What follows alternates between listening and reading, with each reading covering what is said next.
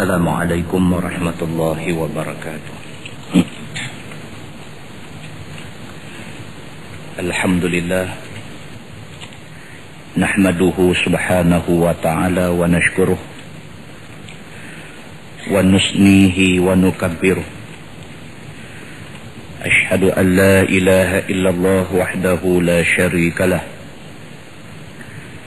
wa ashhadu anna sayyidana Muhammadan abduhu wa rasuluh. Wa nusalli wa nusallim ala sayyidin nabiyil karim, sayyidina wa habibina wa maulana Muhammadanil amin, wa ala alihi wa ashabihi ajma'in. Amma ba'd. Ayyuhal mu'minun, ittaqullah, usikum wa iyaya bitaqwallah, faqad fazal muttaqun. Muslimin dan muslimat, mudah-mudahan dirahmati Allah subhanahu wa ta'ala. Baik, kita sambung bacaan kitab kita Bahrul Mazi jilid 16. Bahrul Mazi jilid 16. Kita sampai muka surat 106. Muka surat 106, tajuk baru, bab ma jaa qalbu syekh syabun ala hubbi thnataini, yaitu bab yang datang pada menyatakan hadis yang menerangkan hati syekh. Syekh makna dia orang tua. Makna dia orang tua. Dia panggil syekh. Biasanya dalam masyarakat Arab, bila mencicah 40 dan ke atas baru boleh panggil syekh. Okey. So dia kata di sini bab yang nak menyatakan hadis yang menerangkan hati orang tua itu muda atas kasihkan dua perkara. Orang tua tapi hati dia muda. Muda pada dua benda. Ketahuilah saudaraku, dua perkara yang tersebut dalam hadis yang akan datang ini tiada siapa benci kepadanya sekali-kali. Dua benda yang dia nak bagi tahu ni, dia kata tak ada manusia yang tak suka. Semua orang suka. Sehingga orang tua pada umurnya sekalipun suka juga. Tua dah pun dengan dua benda ni suka. Iaitu yang pertamanya panjang umur, dan yang keduanya banyak harta. Dua ni semua orang suka. Orang suka kalau boleh biar dia tak mati. Lagi tua lagi menjadi. Kalau boleh macam tu. Kan? Lagi tua lagi menjadi kalau boleh. Kan selalunya kita ni lagi duk menjangkau tua, kita lagi duk slow, lagi duk bagi laluan dekat orang apa semua. Tapi ada orang dia lagi tua, dia lagi nak pepak orang. Dia ada macam tu pun ada. Kan? Ada juga. Jadi dia mau dia panjang umur, dan yang kedua dia mau dia ni jadi orang yang banyak harta. Lagi tua lagi nak buat harta. Dia tu tak boleh buat apa dah.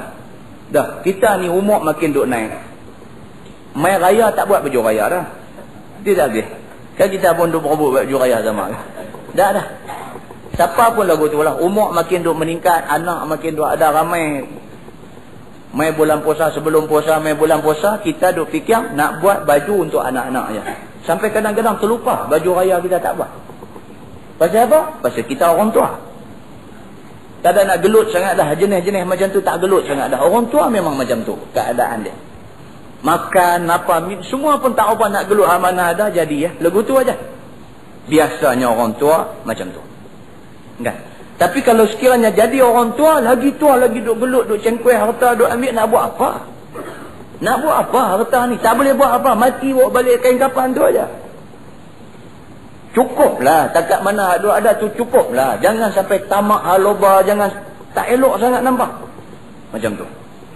Maka seperti orang-orang muda itu, maka patutlah ia suka akan panjang umur. Kerana badannya cukup segar dan segak. Maka mencitalah ia akan jumpa beberapa nikmat dunia. Maka tak akan dapat berbagai-bagai kenikmatan dunia melainkan dengan panjang umur. Dia kata kalau orang muda dia nak benda ni menasabah. Pasal apa? Dia kata pasal orang muda ni depa ni duk segar, duk segak lagi. Padahal kalau dia minta panjang umur pun pasal dia tengah duk segak, bagilah dan dia kerepot dulu. Lagi dia duk segak ni, dia naklah loncat lebih sikit. Kalau orang muda minta panjang umur itu biasa. Dia kata itu tidak luar biasa, itu biasa. Dengan kerana itu mencita ia dan berkehendak dia akan yang demikian itu. Kalau dia orang muda, dia minta panjang umur, dia gelut buat kerja untuk cari harta, itu biasa. Pasal apa? Pasal dia muda. Orang muda, kalau sekiranya dia nak gelut cari harta, biasalah. Pasal apa? Adatnya dia akan hidup lama lagi. Jadi maknanya dia perlu belanja untuk hidup dia. Jadi kalau orang muda gelut buat kerja, gelut cari duit, gelut cari harta, itu biasa. Baik. Sehingga tua pun tiada lepas hatinya daripada yang demikian itu, oleh sayang akan nikmat yang dirasainya itu. Maka jikalau tiada padanya nikmat, mencita ia akan panjang umur dan cukup sehat supaya boleh ia membanyak harta dan mendapat nikmat hartanya. Dengan kerana itu, sungguh pun badannya tua, tetapi hatinya dan tamaknya seperti orang muda juga. Dia kata, tapi kalau orang tua kok perangai lagu tu tak elok. Orang tua umur dah mai 80, duk langkah pi nak pi 80 lebih 90. Satu macam punya tamak haloba duk tengok. Nah, lagi duk minta nak panjang umur, lagi duk minta nak berkuasa, lagi duk minta nak apa, semua tak elok sangat nampak. Lagi nak gelut nak buat harta, lagi nak buka syarikat baru lagi hari ni. Umur dah 85. Apa syarikat apanya? Hak duk ada, duk pun duk makan juta-juta dah, sudahlah. Nak buka syarikat baru lagi. Tak elok sangat nampak. Tak elok, nampak tu tak elok. Seelok-eloknya apa? Mai duk di masjid ni. Mai masjid Taman Brown ni mengaji kitab ni. Kan? Bagi faham sikit. Bagi faham sikit bahawa dengan umur yang tinggal dekat kita ni senja dah. Senja dah. Peratus untuk menghadapi malaikat maut tu tinggi sekali. Berbanding dengan orang muda. Bukan kata orang muda tak mati. Tapi peratus mati orang muda ni kurang. Berbanding dengan peratus mati orang tua. Tinggi. Jadi sedang ke diri kita ni dah semakin tua. Janganlah kita duk buat kelaku macam orang muda. Jangan duk tunjuk tamak haloba tak tentu punca. Jangan duk tunjuk kita ni satu macam punya gila kuasa. Tak elok nampak dia. Begitu. Ni bukan ada kata-kata siapa-siapa. Kebetulan tajuk ni. Dia kebetulan dia main tajuk ni. Dia kata dengan kerana itu, sungguh pun badannya tua, tapi hatinya dan tamaknya seperti orang muda juga. Demikianlah dikhabarkan oleh Nabi, sebagai tersebut dalam hadis yang dikeluarkan oleh Imam At-Tirmizi.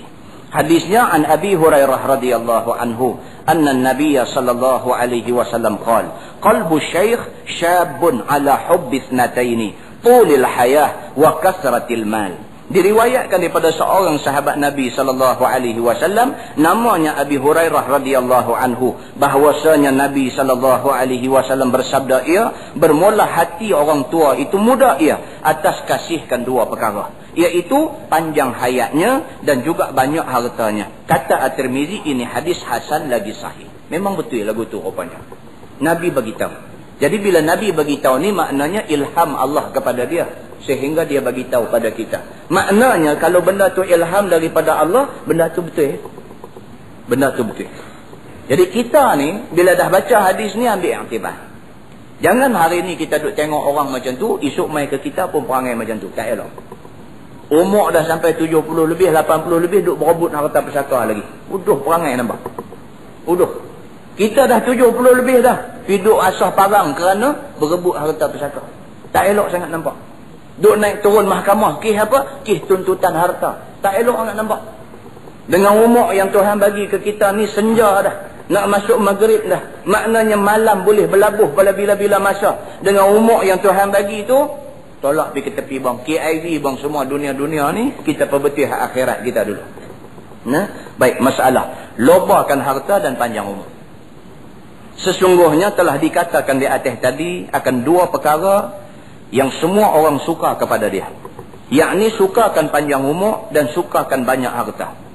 Adapun suka panjang umur itu tidak keji pada syarak atas orang muda. Kerana ada cukup segar, segak dan boleh banyak ibadat dan perkara yang dibuatnya. Itu dia. Orang muda kalau minta panjang umur memang patut. Pasal apa? Pasal dia muda lagi, minta Allah panjangkan umur dia supaya membolehkan dia beribadat kepada Allah Tuhan dia. Macam tu. Dan jikalau loba ia sekalipun kepada panjang umur itu, kerana banyak perkara belum ia rasa lagi. Menasabah. Orang muda ni banyak benda tak rasa lagi. Kereta Mercedes tak rasa lagi. Kan orang muda umur-umur 30-40, duk main 40-45 nak pakai Mercedes ni tak boleh lagi. Mudah-mudahanlah esok mai umur 50, 60 dan pakai Mercedes buang 5 hari jadilah. Jadilah dan juga rasa. Kan? Jadi dia padalah dia gelut buat kerja dan sebagainya, meniaga siang malam dan sebagainya. Pasal apa? Pasal nak cari duit lebih sikit. Pasal apa? Pasal nak rasa nikmat di atas dunia ni sikit. Tak ada apa-apa. Pasal apa? Pasal dia pun memang Allah bagi sihat lagi. Kalau dia nak gelut buat kerja tu padan dengan umur dia yang ada lah ni. Begitu. Pasal apa dia kata? Pasal banyak perkara yang belum dia rasa lagi. Tak rasa lagi. Kan umur baru 25, 30, 35 ni tak boleh lagi lah nak duduk di tempat yang established. Tak boleh lagi. Kan sampai umur 50 lebih pun sikit lagi nak naik tak jadi naik pun ada juga. Kan? Bukan kata senang nak naik nak rasa tempat-tempat yang baik ni. Dia kata ada pun jikalau orang tua lobakan panjang umur dan harta, maka itu keji sangat pada syarak kerana ia merasa dunia dan harta di dalam masa yang sudah panjang. Tak elok sangat. Dia umur dia dah 70, rasa senang ni lama dah. Dah rasa senang ni bukan baru 5-6 hari, bukan baru 5-6 bulan, bukan baru 5-6 tahun. Dah lama dah duk rasa senang ni. Duk rasa duit banyak, duk rasa kuasa besar, duk rasa pengaruh dan sebagainya. Banyak lama dah rasa. Kalau masih duk tamak lagi, huduh sekali, dia kata. Nampaknya huduh sekali. Maka hendaklah seseorang itu ingat akan apa yang diberi nasihat oleh Nabi SAW. Tiap-tiap orang muda itu jangan loba dan jangan tamak. Dan tiap-tiap orang yang tua tu lebih-lebih lagi dituntut yang demikian itu. Jadi dia kata bab loba, bab tamak ni, walaupun orang muda tu patut kalau dia nak tamak kerana dia masih muda, tapi Islam menasihatkan jangan tamak. Begitu. Islam menasihatkan baik muda baik tua jangan tamak. Orang muda pun jangan tamak, orang tua lebih-lebih lagi jangan tamak. Begitu. Melainkan biarlah loba dan tamak pada mengerjakan yang disuruh Allah dengan amal wajib dan amal yang sunnah. Itu lebih baik. Fikir apa yang wajib yang kita masih belum buat. Kan dah tua sangat dah, kelombong tak pakai lagi, pakailah. Pakai itu yang patut dia fikir nak buat. Kan? Bukan dia fikir nak pikarang rambut. Tapi dia kena fikir nak kelumbung rambut ni. Pasal apa? Perintah kelumbung rambut ni perintah wajib kat atas orang Islam. Ni dengan umur yang dia ada lah tak kelumbung lagi, mau fikir lah, mau fikir. Aku bila nak mula buat. Bila fikir tu, dia main keinsafan. Bila dia main keinsafan, dia akan segera buat. Macam tu. Tuan-tuan percaya tak kata kita masuk kubur esok? Malaikat dia nanti tanya benda ni. Percaya tak? Kan malaikat nak tanya hang sebelum mati hari tu berapa banyak duit yang hang tinggal dalam bank? Duit yang hang tak ada nak awak balik daripada bank Singapura ke Malaysia berapa? Dia dah tanya dah. Kan? Lah orang pakai tu usung awak balik. Pasal ringgit tidak ada nilai di luar negeri. Dan berebut pakai 2 rembiang awak balik. Not 1000 dengan not 500 dah dimansuhkan daripada ada dalam kitaran masyarakat. Kan? Tu semua usaha-usaha untuk memulihkan ekonomi. Sampai hari ni khutbah Jemaah Masjid Negara pun tajuk tu juga. Tajuk suruh balik duit. Kan? Tu nampak tu kira bersungguh. Kan? Kempen tu nampak bersungguh. Jadi adakah tuan-tuan duk ingat bila kita mati masuk kubur esok malaikat tanya ke yang ni? Dia tanya kan ni duit hang dalam bank Singapura, bank Switzerland, bank apa nama nu, hang tak ada nak balik tu macam mana, banyak mana, betul-betul tinggal, malaikat tanya lah. Dah. Malaikat tanya apa? Dia tanya siapa Tuhan kamu? Siapa Nabi kamu? Bukan sekadar nak tanya siapa Tuhan sama siapa Nabi. Lebih daripada tu, malaikat nak tanya kamu ikut tak perintah Tuhan dan perintah Nabi kamu. Yang tu yang malaikat nak tanya. Kalau yang tu kita tak boleh nak jawab dengan memuaskan hati masa duduk dalam kubur esok ni, susah kita di hari akhirat nanti. Susah kita. Baik, bermula dalil atas jangan seorang loba dan tamak itu ialah hadis yang dikeluarkan oleh Imam At-Tirmizi. Katanya an Anas bin Malik radhiyallahu anhu anna Rasulullah sallallahu alaihi wasallam qala yahramu banu Adam wa yashibbu minhu ithnatani al-hirsu 'ala al-'umri wal hirsu 'ala al-mali. Maksudnya diriwayatkan daripada seorang sahabat Nabi sallallahu alaihi wasallam namanya Anas bin Malik radhiyallahu anhu bahwasanya Nabi sallallahu alaihi wasallam bersabda, tua anak Adam dan muda daripadanya di atas 2 perkara, yakni makin loba ia, lobakan panjang umur dan lobakan banyak harta. Itu lagi satu hadis yang mengukuhkan hadis yang mula tadi. Manusia ni Muda ke tua ke, makin tua ke apakah, dua benda ni tak apa yang nak buat. Dia nak hidup lama, dia nak ada duit banyak.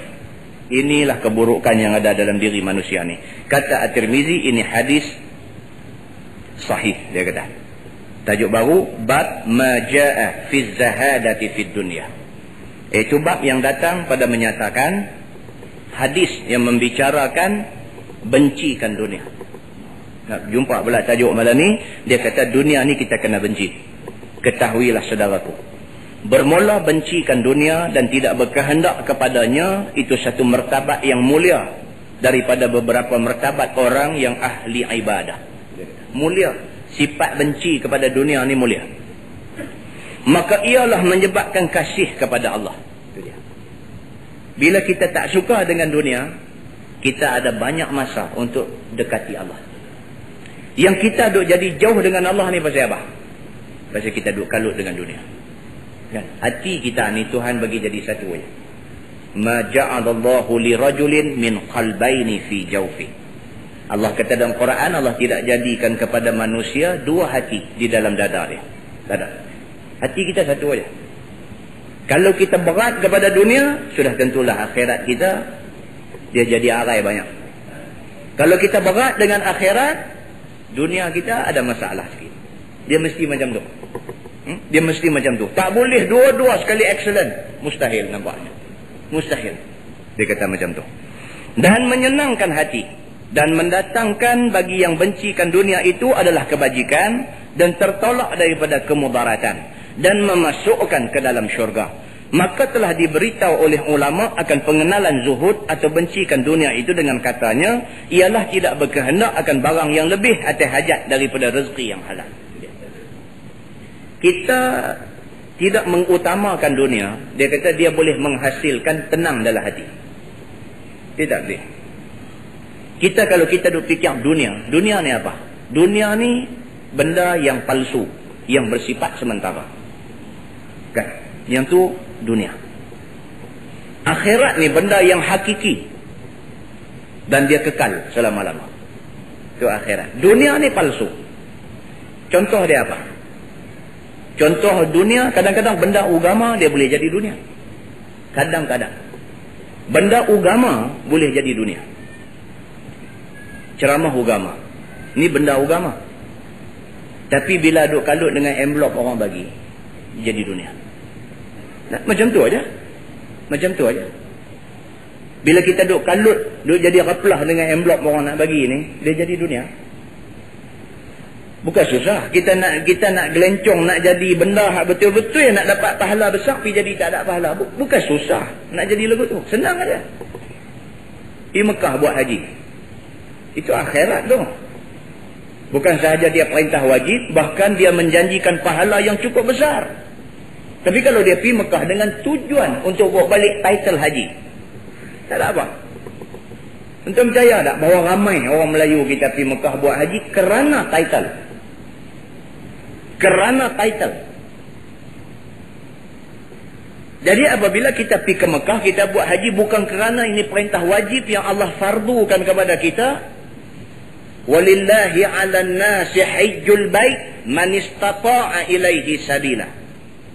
Allah memfardukan kepada manusia ni mengerjakan ibadat haji, difardukan kepada orang yang mampu mengerjakannya. Dia tahu kata dia pergi Mekah ni wajib, dia tahu kata pergi Mekah ni rukun Islam, menjadi kemuncak kepada rukun-rukun yang ada dalam Islam, dia tahu, tapi sak kata dia selit masuk dalam hati dia. Aku pergi ni kerana nak balik title Tuan Haji. Rosak ibadat kita. Bahaya. Itu sebab kalau tuan-tuan tengok dalam fiqh Asy-Syafi'i, fiqh Imam Asy-Syafi'i, kita duk tawaf Baitullah tu. Kalau tengah duk tawaf tu berubah niat, batal pusingan tawaf tu. Pusingan hak kita tengah duk pusing tu cancel. Berubah niat. Kita memang daripada awal tadi niat kita nak tawaf memang dah, tapi tengah duk tawaf tu nampak member lama duk di depan kita ni. Member ni dulu masa form 4 dengan form 5 dulu mengaji sama dengan kita. Lah umur kita dah 50 dah. Kita tak jumpa dia. Habis-habis tingkatan 5 sekolah dulu, kita tak pernah jumpa dia.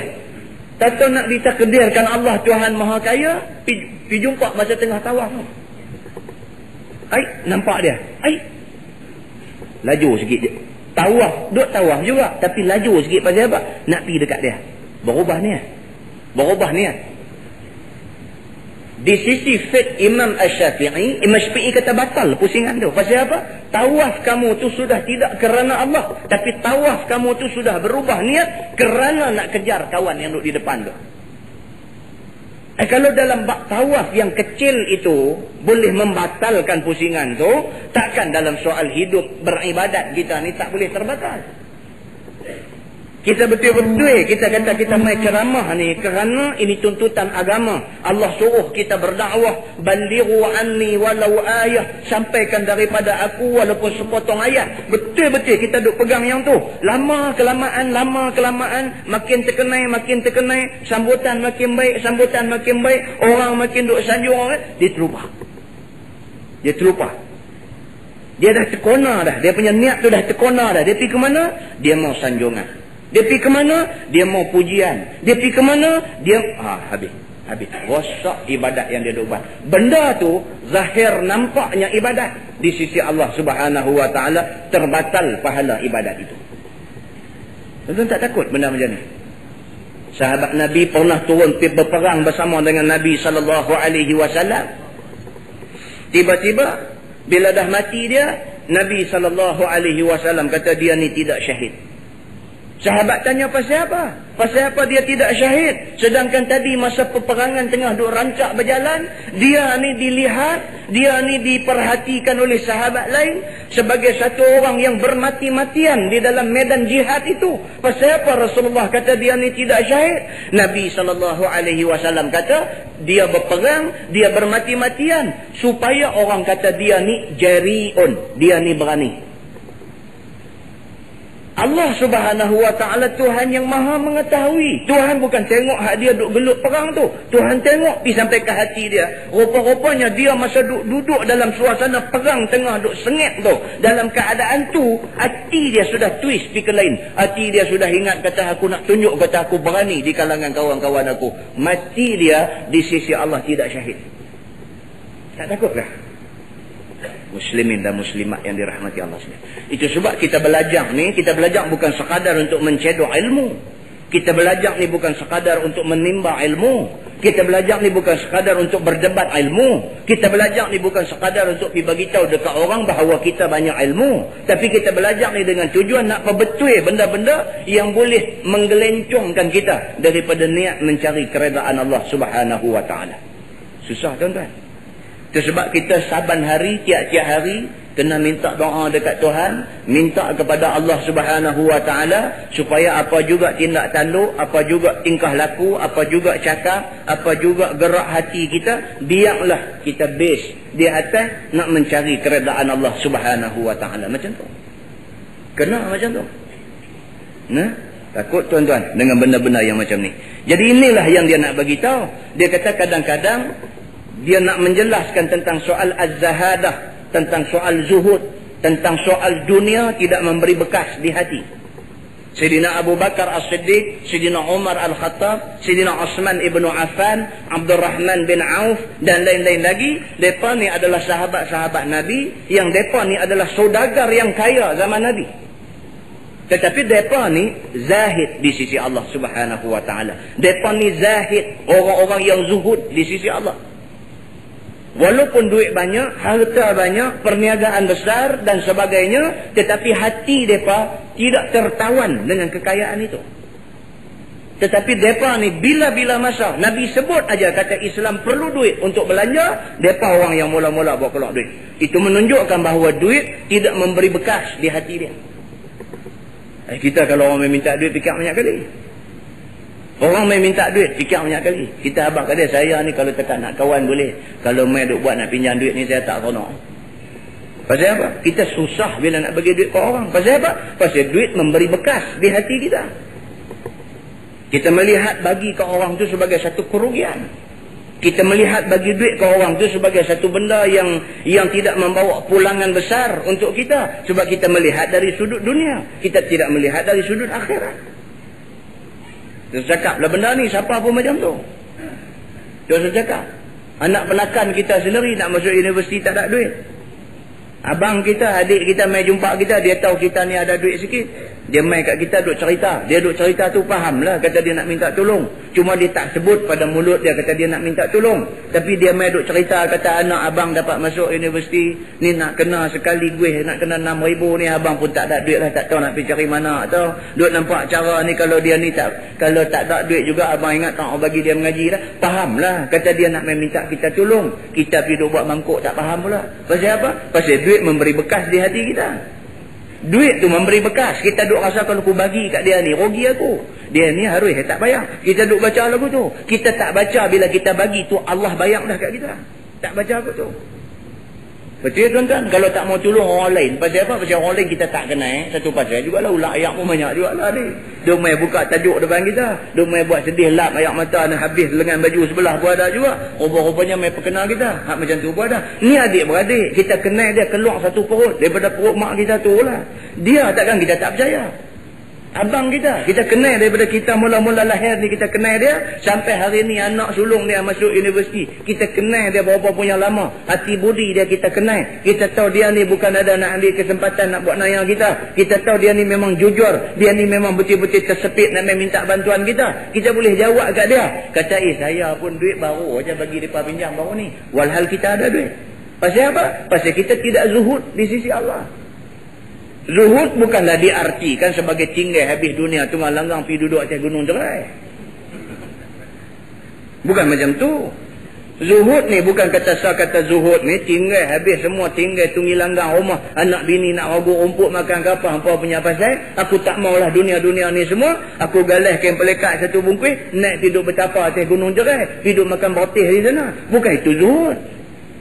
Zuhud ni maksud katanya duit ringgit ni, harta benda ni tak bagi bekas di hati dia. Kalau dia melihat orang yang perlu bantuan, dia rasa tidak teragak-agak untuk bantu. Itu orang zuhud nama dia.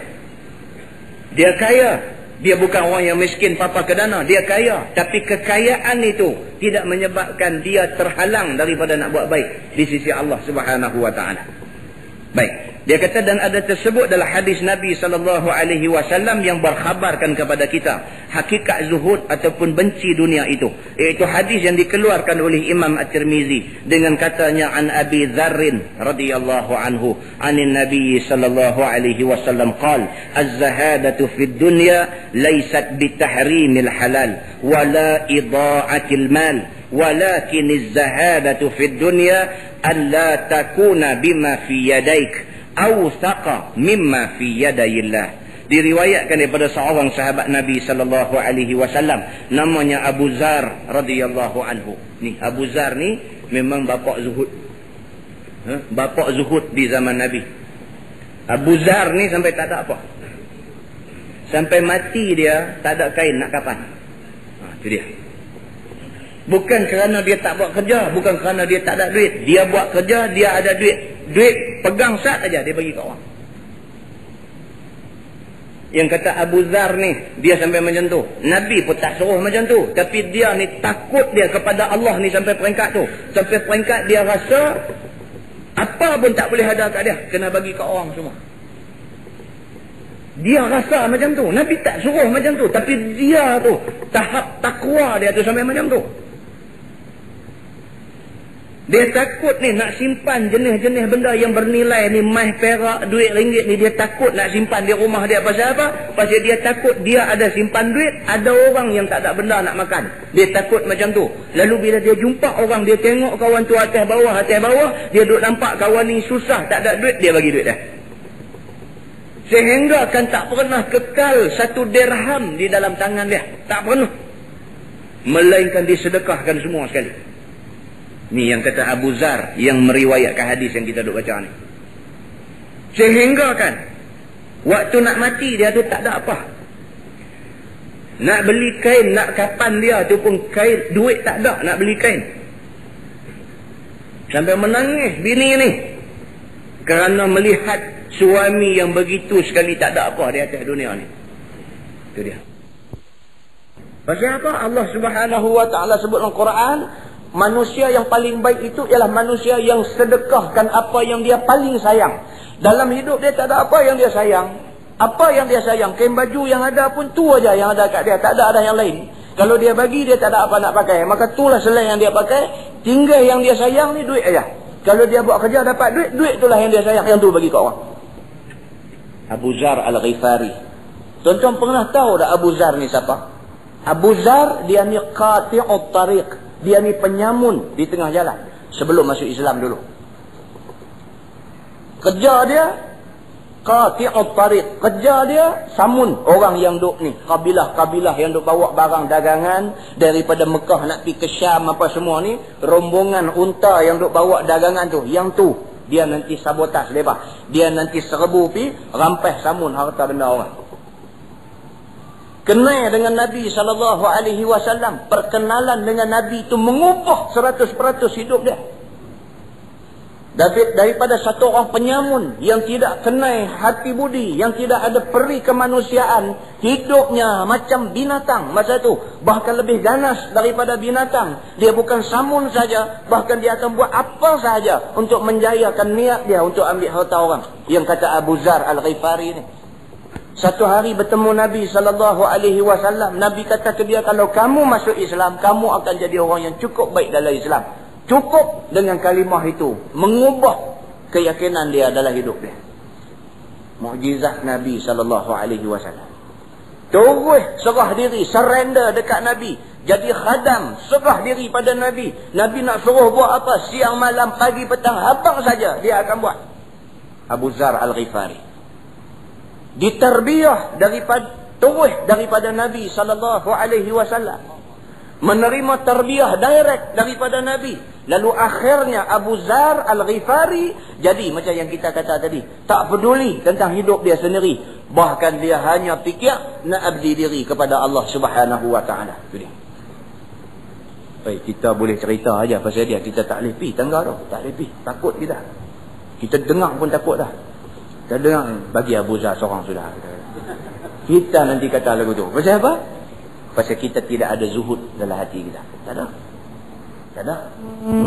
Baik. Jadi Abu Zar radhiyallahu anhu, dia yang menceritakan hadis ni. Kata dia daripada Nabi SAW telah bersabda ia. Bermula zahid pada dunia atau bencikan dia itu bukannya mengharamkan yang halal. Yakni bukannya apa benda daripada hartamu yang dalam tanganmu itu tidak dimakan, tidak dipakai, tidak digunakan pada apa-apa. Dan itulah dinamakan zuhud atau dinamakan bencikan dunia. Sebagai haram pada syarak. Tidak boleh diambil dan digunakannya. Jadi kita bukan maksud macam tu. Zuhud ni bukanlah maknanya duit kita sendiri pun kita tak guna. Apa pakaian yang ada pun kita tak mau pakai. Pasal apa? Pasal zuhud. Walhal benda tu halal. Kita pergi buat kerja begitu begini, hasil daripada titik peluh kita kerja, orang bagi duit, dengan duit tu kita beli pakaian, tiba-tiba tak mau pakai baju ni. Pasal apa? Pasal zuhud konon-kononnya. Nabi kata itu bukan zuhud. Itu bukan zuhud. Nabi sendiri pakai baju elok-elok. Nabi sendiri pakai baju elok-elok. Kalau tuan-tuan baca di dalam kitab hadis, di bawah Kitabul Libas, Abwabul Libas, baca tentang bab pakaian. Libas tu pakaian lah. Tu yang orang putih buat Levi's tu. Okay. Dengan di Arab lah. Levi's. Libas. Makna dia pakaian. Kan? Jadi kita tengok dia dalam hadis di bawah bab libas. Dia cerita di sana. Cerita tentang Nabi SAW.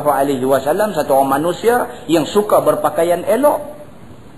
Nabi suka berpakaian elok. Ada satu hadis sahabat kata, aku tidak pernah melihat Nabi SAW dalam keadaan sesegak ini, melainkan ketika Nabi SAW memakai kamis yang berwarna merah terang.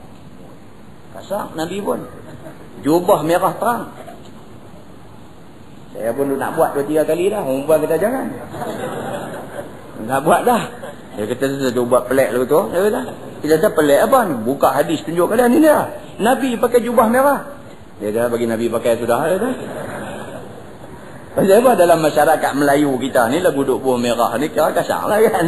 Merah ni garang lah. Dia buat jubah merah nampak gerun lagi. Takat baju Melayu merah tak apa kan. Jubah buah merah. Dia kata mana yang Arab ni dia kata kan.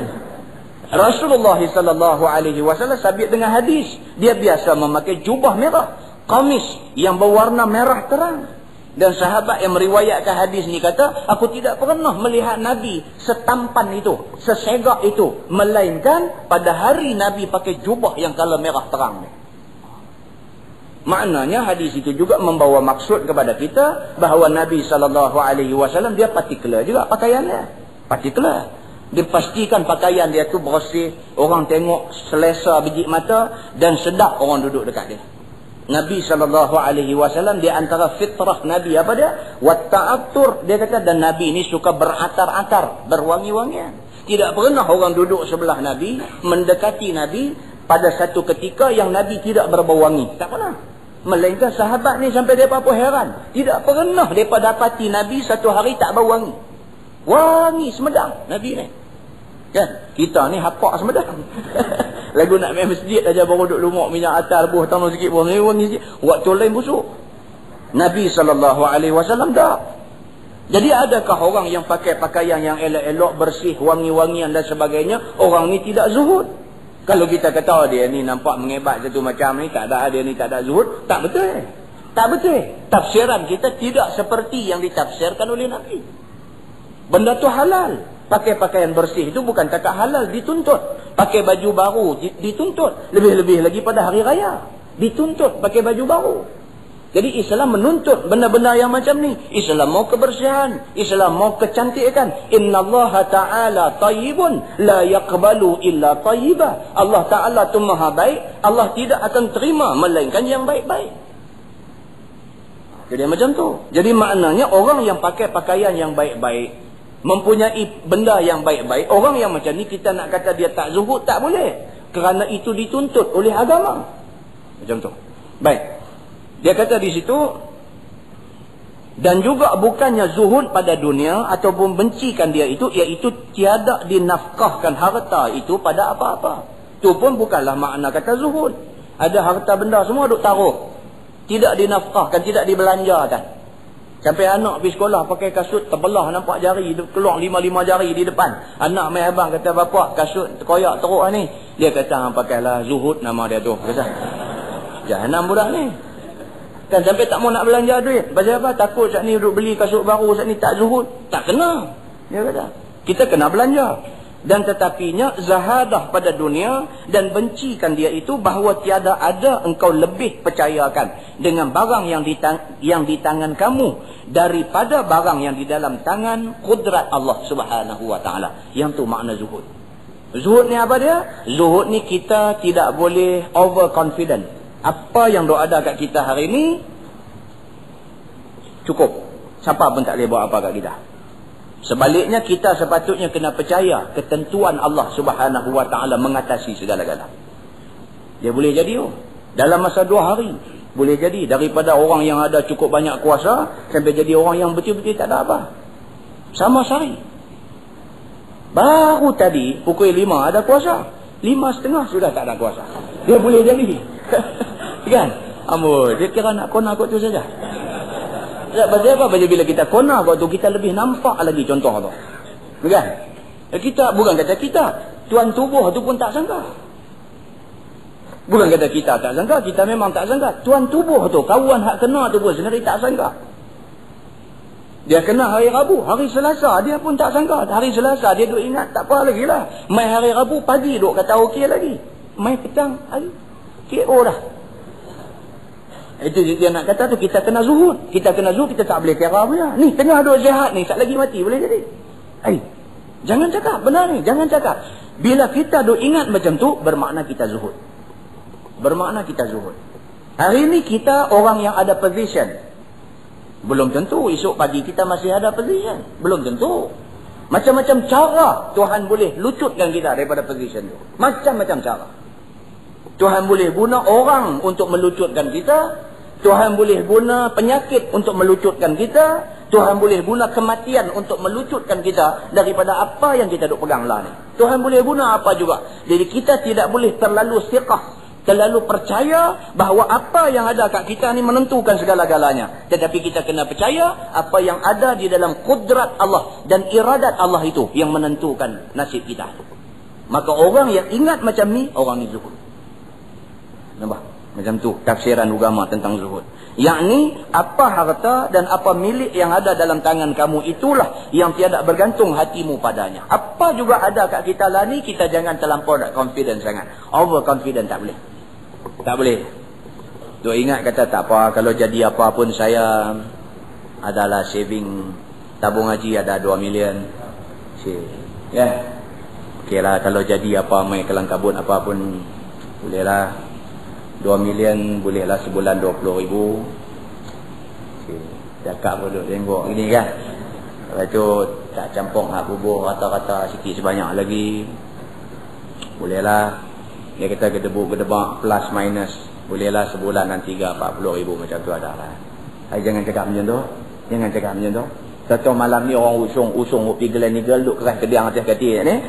2 million pun tak ada guna lah. Okay? Malam ni tahu-tahu tengok usung bawa pergi Gleneagles Medical Center GMC, katil duk goncang dengan katil-katil sekali. Okay? Jik mata duk jegir, terbelalak lidah duk julung keluar. Masa tu kalau pergi habak dekat doktor pakar di Gleneagles tu, kata ni berapa boleh bagi baik penyakit ni berapa. Doktor pakar kata ini bukan kira duit. Dia kata you ada 10 juta mai bubuh di sini pun saya tak boleh janji punya benda ni. Cuma saya boleh bagi tahu kat you orang Islam bukan? Kata Islam. Kalau boleh baca Yasin bagus ya. Lagu tu yang dia habaq kat kita 2 juta nak buat apa? Tuhan Maha Kuasa, tuan-tuan. Tuhan Maha Kuasa. Tuhan Maha Kuasa. Lah ni doktor di hospital dia faham. Kalau orang Islam kita ni lagu tu masuk macam tu, dia kata lagu tu lah. Dia kata, you Islam bukan? Kita pun Islam. Oh balik lah. Dia kata, oh balik buat apa? Itu buat baca-baca apa boleh baca lah. Dia kata, jangan baca surah Al-Baqarah tu lah. Dia kata, surah Al-Baqarah pun tak boleh pakai lah ni. Baca Yasin. Dia kata, jangan buat main. Yang tu yang kata zuhud. Dia kata bahkan yang kamu bergantung itu barang yang di dalam genggaman Allah Subhanahu Wa Taala. Tu dia. Yang tu aja dia nak beritahu. Apa betul-betul kita ni semua Tuhan tentulah. Yang tu aja. Yang ni lah yang dia kata apa? Qada dan qadar Allah. Kita kena terima. Kita betul-betul bahasa Allah ni dia kata apa? Pasrah. Pasrah ni kira saya pun tak faham apa dia. Tapi maksud dia kira kita tak boleh buat apa. Melutut di depan keesaan Allah. Macam tu aja. Pasrah. Berserah, surrender ni habis. Kira lah ni betul-betul serah kat Tuhan lah. Apa Tuhan nak takdir aku terima. Macam tu aja. Piduk kuntau lawan pun tak ada faedah apa. Piduk mengamuk pun tak jadi apa. Piduk keluar tunjuk perasaan pun tak ada guna apa. Kira lah ni mau minta dekat Tuhan. Ya Allah, tunjuklah kebenaran itu sebagai kebenaran. Ya Allah, tunjukkanlah kebatilan itu sebagai kebatilan. Macam tu aja. Kita pun tak tahu yang mana satu yang betul, yang mana satu yang salah. Kita pun tak tahu. Ya Allah, tunjuklah kebenaran itu kebenaran, kebatilan itu kebatilan. Aku lebih pada tu aku pun tak tahu nak kata apa. Kita surrender di depan Allah Subhanahu Wa Taala. Tuhan yang menentukan semua benda ni. Kemana Tuhan nak divert pergi, dia akan pergi. Allah Subhanahu Wa Taala Tuhan yang mempunyai kekuasaan yang mutlak dalam soal-soal yang macam ni. Dia kata maka jikalau demikian itu, bernamalah kamu orang yang zahid. Kalau kamu betul-betul serah kat Tuhan, kamu zahid di sisi Allah. Kamu zahid. Maka apakala tidak kamu bergantung dengan hartamu dan apa kekuasaanmu dan bergantung kamu kepada Tuhan semata-mata, maka tentulah kamu menjunjung suruhnya sahaja dan menjauhkan tegahnya. Kita kalau hati kita solid dengan Tuhan, kalau hati kita ni betul-betul kita dengan Tuhan, tak ada bab lain semua kita KIV habis. Kita kira kita hamba Allah, apa pun kira Tuhan yang berkuasa ke atas kita. Solid hati kita dekat Tuhan. Apa jadi? Kita akan jadi orang yang ikut apa yang Tuhan kata. Kita akan jadi orang yang meninggalkan benda yang Tuhan larang. Yang tu aja. Walau ramai habaq kita ada banyak peluang. Banyak peluang sebenarnya. Kalau hamba boleh buat lagu ni, kalau hamba buat, kita cek semua ni. Kalau nampak lagu nak jadi tak apa clear dengan Tuhan, kita KIV bang. Miskin pun tak apa. Miskin pun tak apa. Hati aku tenang. Macam tu. Dia kata hang tak jual rugi ni. Apa semua saat ni hang nanti duk meleleh dia. Meleleh bila yang apapun. Aku kira aku jaga hukum aku dengan Tuhan. Tuhan dah abang benda ni tak boleh. Hang tu sadu paksa aku suruh pergi buat. Aku tak akan buat. Macam tu. Kan? Dia kena macam tu. Dan apa hartamu semuanya, jikalau sebagaimana banyak sekalipun, maka tentulah niat kamu penolong bagi menyempurnakan, menjunjungkan suruh Allah dan menjauhkan tegahnya. Itu dia. Kalau kita ada duit banyak pun, kita mau ingat duit ni aku nak channel pi ke lorong-lorong yang diizinkan oleh Allah. Macam tu. Duit ni cukup bahaya tuan-tuan. Silap channel, kita makan saham sampai mati, sampai akhirat itu. Duit yang Tuhan bagi dekat kita, silap kita channel. Orang nak buat apa nama malam amal apakah, bunyi tu amal kan, aing tu dia bunyi lagi baik kan. Kita nak buat malam amal Aidil Fitri misalnya kan. Kita tak tengok dia punya atur cara majlis dia apa, tak tengok lagi. Kita terus bagi aja duit kita. Bagi-bagi duit tu depa utilize untuk apa? Untuk bayang dekat apa nama kugiran apa candeni ke apa ke, panggil mai ratu kebaya ke apa ke sikit malam tu, duit kita nanti pi dugolin kot tu semua jahanam kita. Jahanam kita. Kan? Jadi benda ni mau nak kena jaga dia kata. Dan jadilah hati kamu sebulatnya bergantung kepada Allah Subhanahu wa taala. Sabda Nabi sallallahu alaihi wasallam, wa antakuna fi sawabil musibah idza anta usibta biha arghaba fiha law abqiyat lak. Dan bahawasanya adalah engkau itu lebih sukakan pahala bala dan musibah apabila engkau dikenakan dia. Sekiranya dikekalkan dia bagimu, yakni bala bencana yang kena kepada kamu itu amat kamu suka pada hatimu, sehingga jikalau dikekalkan ke atas dirimu itu pun suka juga kamu, lebih daripada suka kamu kepada segar, segak dan tidak kena apa bala bencana. Maka jikalau engkau ada yang demikian itu, maka sesungguhnya engkau itu bernama orang yang zahid. Itu dia. Kalau kita ni boleh jadi manusia yang apabila kena bala kita suka, kita lebih suka Allah bagi dekat kita bala sekali-sekala daripada Allah bagi kita okey sepanjang masa. Pasal apa? Pasal manusia ni lagi dia tak kena susah, dia tak ingat kat Tuhan. Dia macam tu. Manusia ni memang perangai macam tu. Kena susah, sakit sampai tak sedar ke diri, 3 hari koma misalnya, Allahu Akbar. Bukan kata dia, bini dia pun ingat kat Tuhan, laki pun ingat kat Tuhan, anak-anak pun ingat kat Tuhan, mak pak pun ingat kat Tuhan habis. Bila dia ni kena musibah, duk terlentang terjung atas katil tu, tak sedar diri, 3 hari 3 malam, pakai duk drip air masuk, pakai duk tebuk kok pinggang keluar apa, kita pergi tengok pun. Dan kita sampai-sampai di hospital tu, kawan baru tengok duk keluar selisih dengan kita kata main mana, main tengok kawan. Siapa dia? Abang, aku pun nak pergi tengok dia. Macam mana orang tengok? Lagu ni punya duk kelepiak kepala, kita lemah. Kita kata awak kita tak tahu nampak harus dia ni. Kita pun tak mau sembang nak pergi tengok sebab aku tak dan. Tapi tengok, pergi tengok nampak berat semua. Kita kawan, bini dia. Biji mata duk tengok laki dia duk menyawa ikan tiap-tiap hari ni. Bila doktor mai duk buat kalang kabut tanya, bini ni duk kalang kabut tanya, macam mana ni husband saya, macam mana doktor? You jaga dia baik-baik. Tuang pergi gitu aja. Tak sedap bunyi. You jaga dia baik-baik. Duk teriak ni sampai kering biji mata lah. Macam tu Tuhan bagi. Habis pakai ingat kat Tuhan. Pakai ingat habis. Dia tu pun masa dia duk sakit tu mau rakam video, ambil gambar dia. Ditakdirkan lepas tu dia sihat, dia baik, balik tunjuk gambar tu ke dia. Hang tengok ni masa hang sakit itu ni. Dia tengok tu pergi ambil ayat semayang tu. Tu dia kata ni Tuhan, aku berasakan Tuhan bagi nyawa baru ke hang ni kata. Nyawa hang itu kira mau padam itu dah. Ni lagu ni punya keadaan hang tak boleh hidup macam hari ni. Mau kata kat dia macam tu. Dia pun duk melengung. Berubahlah ni aku tak main lah.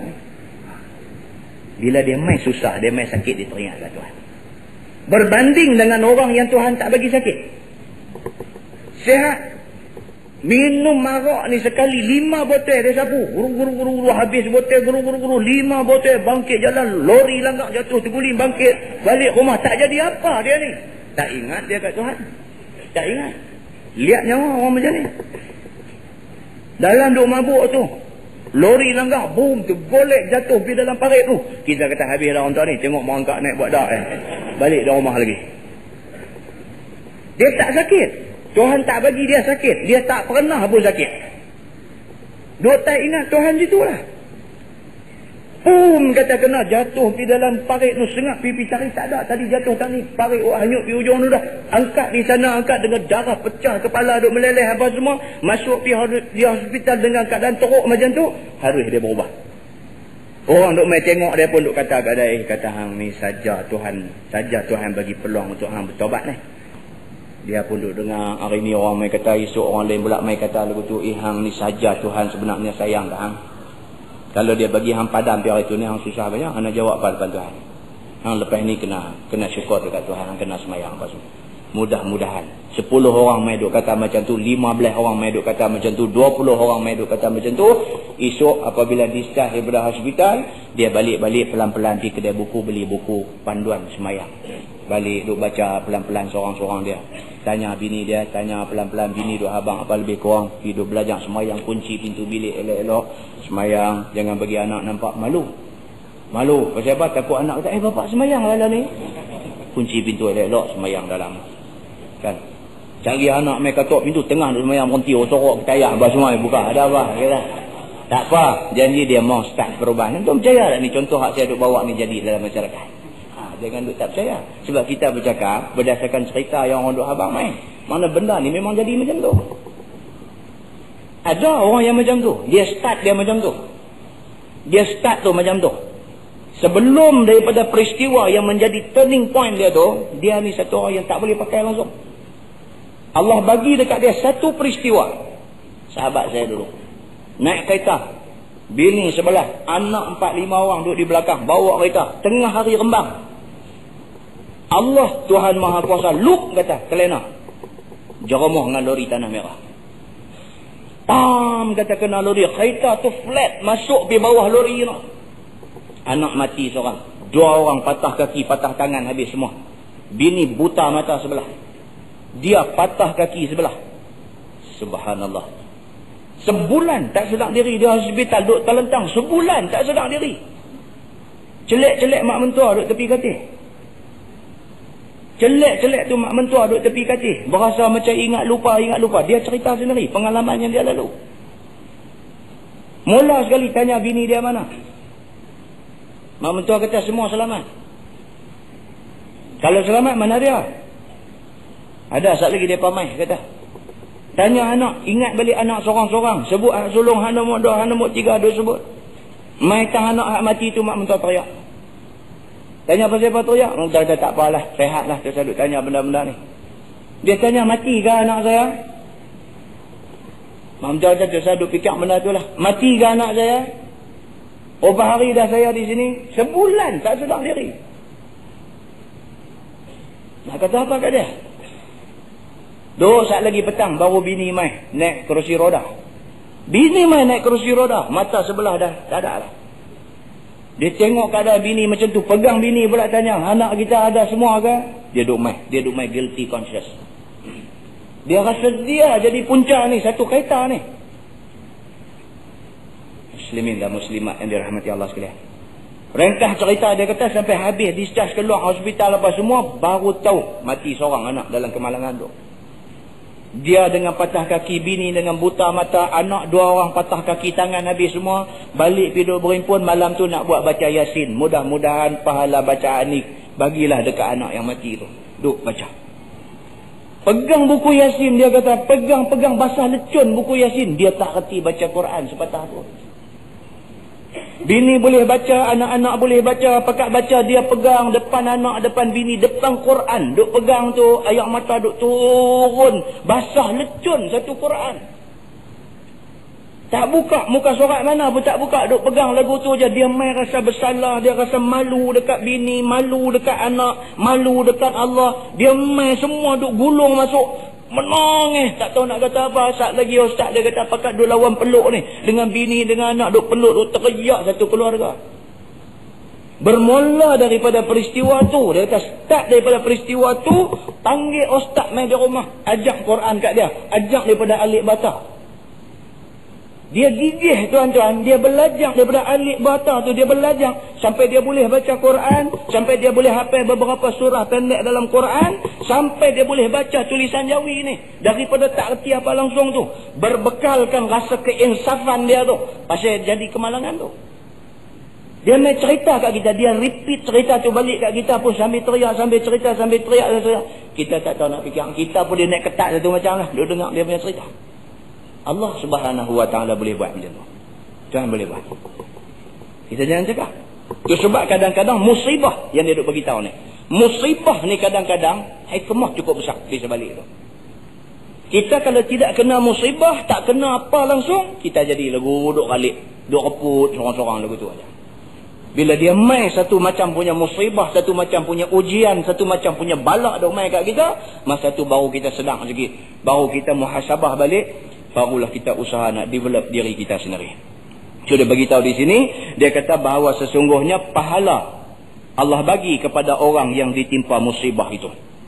Dan orang tu apabila kena musibah, dia suka biarlah musibah itu berterusan kepada dia, mudah-mudahan itu memberi kebaikan kepada dia. Masalah dunia itu sepatutnya banyak mana diambil oleh orang yang zahid. Wallahu a'lam. Jadi lepas ni kita masuk, dunia itu sepatutnya banyak mana diambil oleh orang zahid, banyak mana yang patutnya kita nak ambil bahagian kita atas dunia. Wallahu a'lam. Mudah-mudahan apa yang kita kongsi sama-sama malam ni ada kebaikannya di sisi Allah Subhanahu Wa Taala. Mana yang terkasar, mana yang tersilap dan sebagainya, saya mohon ampun daripada Allah Subhanahu Wa Taala. Saya minta maaf daripada tuan-tuan semua.